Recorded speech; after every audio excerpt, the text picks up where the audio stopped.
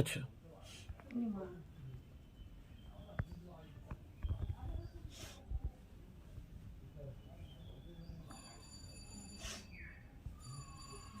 বাজিতে কাজ করতো, মালটা বাঁধতো, করতো।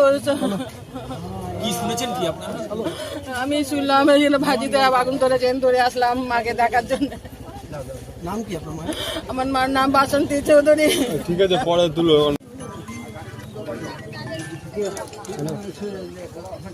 হ্যালো, হ্যাঁ আমি পরে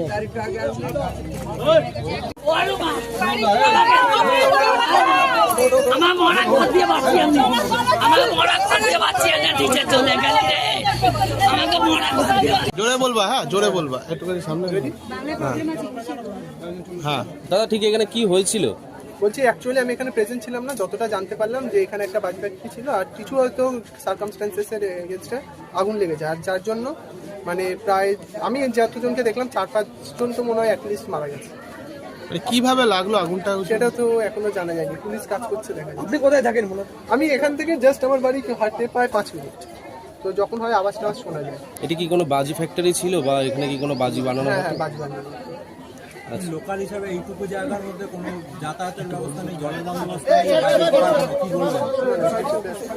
এখানে পলিটিক্সের ব্যাপারে কিছু বলতে চাই না, কারণ মানে এটাই বলবো যে এইটুকু এলাকায় পুলিশের অ্যাটলিস্ট স্টেপ নেওয়া উচিত ছিল, যে এরকম একটা জায়গায় কি করে অ্যালাউ করে যে এরকম একটা এত বড় বাজি ফ্যাক্টরি হচ্ছিল আর পুলিশের কোনো জানা নেই, কিছু নেই।